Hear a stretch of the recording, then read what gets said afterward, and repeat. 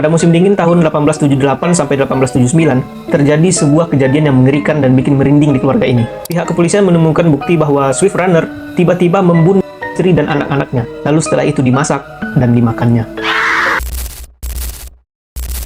Bayangkan kamu tersesat sendirian di tengah hutan belantara. Udara dingin mulai datang, dan rasa lapar mulai menyerang perutmu. Persediaan makanan sudah habis, tubuhmu mulai gemetar, dan kamu mulai putus asa. Gak lama setelah itu, kamu mulai melihat Wendigo dengan cakar dan taring yang tajam berdiri tepat di hadapanmu. Dengan mulut yang terbuka lebar dan siap menerkam. Assalamualaikum sanak udah sadonyo. Selamat datang di Carito Udah.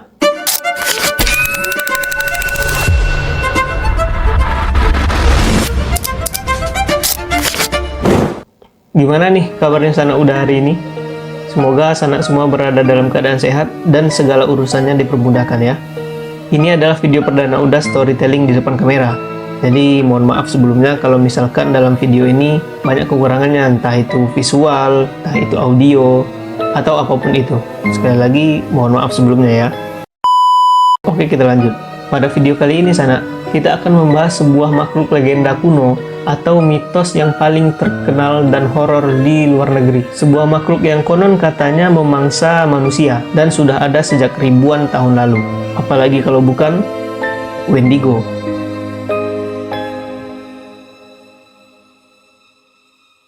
Sebelum masuk lebih dalam, kita harus tahu dulu nih apa sih Wendigo itu. Jadi sana, Wendigo adalah makhluk legendaris dari cerita rakyat suku asli Amerika Utara, khususnya kelompok suku Algonquian. Awalnya cerita ini muncul dari kawasan yang sekarang kita kenal sebagai Kanada atau Amerika Serikat bagian utara.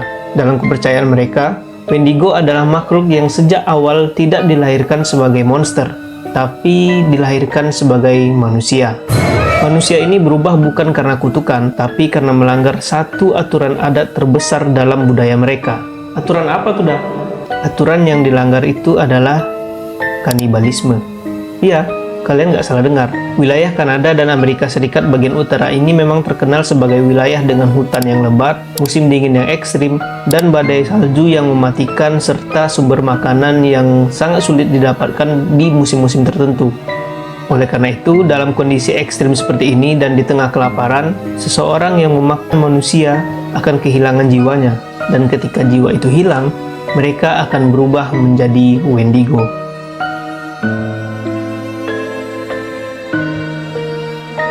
Legenda ini mulai resmi tercatat pada abad ke-17 hingga ke-18.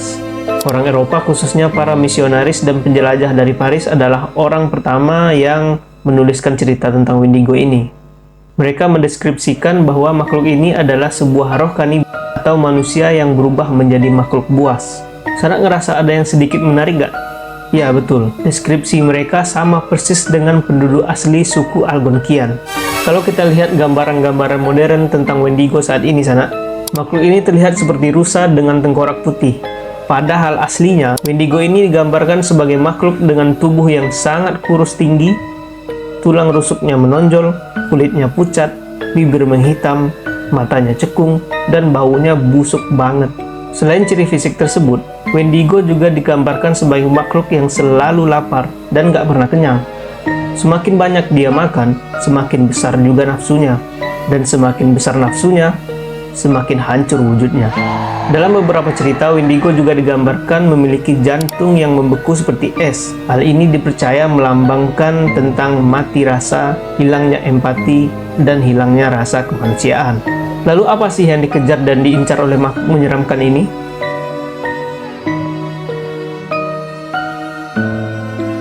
Wendigo gak punya tujuan kayak monster-monster yang ada dalam film sana, seperti ingin menguasai dunia dan sebagainya. Makhluk ini cuma punya satu tujuan, yaitu makan.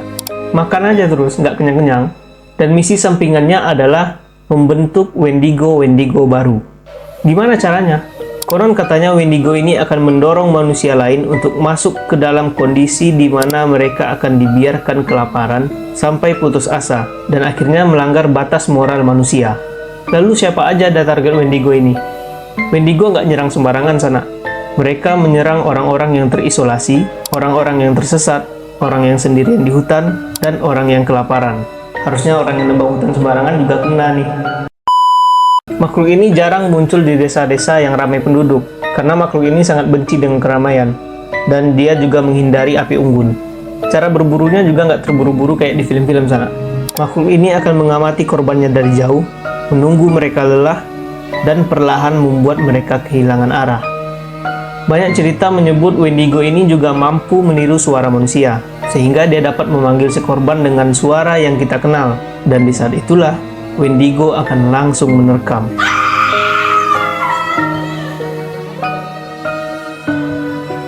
Sejauh ini memang belum ada bukti fisik yang menunjukkan tentang keberadaan Wendigo ini, tapi ada satu kesaksian atau kasus nyata yang tercatat resmi dalam sejarah kriminal Kanada.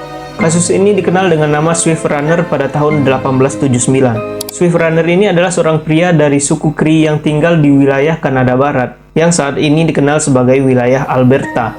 Dia hidup sebagai seorang pemburu dan seorang kepala keluarga. Orang ini punya seorang istri dan beberapa anak. Jadi dia bukan orang aneh, dan juga dia bukan orang miskin. Hidupnya standar lah. Nah, pada musim dingin tahun 1878 sampai 1879, terjadi sebuah kejadian yang mengerikan dan bikin merinding di keluarga ini. Pihak kepolisian menemukan bukti bahwa Swift Runner tiba-tiba membunuh istri dan anak-anaknya. Lalu setelah itu dimasak dan dimakannya. Hal itu tentu bikin geger polisi dan masyarakat saat itu. Saat diinvestigasi lebih lanjut, polisi menemukan bahwa pos bantuan makanan dari pemerintah itu sangat dekat. Sehingga dengan fakta ini nggak ada alasan logis yang bikin pria ini melakukan hal semengerikan itu. Saat dimintai keterangan, pria ini mengatakan bahwa dirinya berubah menjadi Wendigo. Dia nggak bisa menghentikan dirinya sendiri. Dia juga mengaku mendapat dorongan dari dalam dirinya yang nggak bisa dilawan. Sehingga hal inilah yang menyebabkan dirinya melakukan tindakan keji tersebut. Bagi masyarakat Cree dan penduduk asli Amerika Utara, ini bukanlah sekedar alasan yang aneh, tapi ini adalah pengakuan yang sangat serius. Akibat perbuatannya ini sana, Swift Runner ditangkap dan diadili oleh pengadilan kolonial Kanada saat itu. Dia dinyatakan bersalah atas kasus pembunuhan dan dihukum gantung pada tahun 1879. Kasus ini tercatat resmi dalam sejarah hukum Kanada, dan pengadilan tidak menerima Wendigo sebagai alasan dan sebagai pembelaan hukum. Namun bagi masyarakat Cree, ini adalah kasus nyata manusia yang berubah menjadi Wendigo. Dalam kepercayaan mereka sana, orang seperti ini harus dihentikan bagaimanapun caranya, mau itu diikat, dikurung, atau dihabisi. Ini tujuannya adalah demi melindungi masyarakat yang lainnya, karena Wendigo ini dianggap dapat menular secara spiritual. Dari kasus ini menunjukkan bahwa kepercayaan terhadap Wendigo benar-benar mempengaruhi perilaku manusia. Dan ini bukan cuma sekedar cerita horor atau pengantar tidur saja. Tapi menurut sana, apakah yang dilakukan oleh Swift Runner ini benar-benar karena dia menjadi Wendigo? Atau mungkin ini karena tekanan mental dan gangguan jiwa? Coba tulis komentarmu di bawah. Wendigo saat ini sudah menjadi simbol keserakahan tanpa batas. Hari ini mungkin kita tidak kelaparan di hutan, tapi banyak dari kita yang kesepian, terisolasi, tertekan, bahkan kehilangan empati. Kalau menurut keyakinan suku Algonquian di sana, hal ini adalah yang menjadi dasar terciptanya Wendigo. Dari Wendigo ini kita juga belajar satu hal penting, yaitu dalam kondisi ekstrim musuh terbesar kita bukanlah alam, makhluk gaib, atau orang lain, tapi adalah diri kita sendiri. Karena monster yang paling mengerikan adalah monster yang pernah menjadi manusia. Oke, segitu dulu pembahasan kita kali ini sana. Kalau misalkan sana suka dengan cerita dan pembawaan channel ini, silahkan tulis di komentar di bawah. Sekali lagi terima kasih sudah menonton sampai habis. Jangan lupa subscribe, like, dan share kalau kamu suka, dan abaikan kalau kamu nggak suka. Sampai jumpa di video selanjutnya. Salam sanak udah sadunya.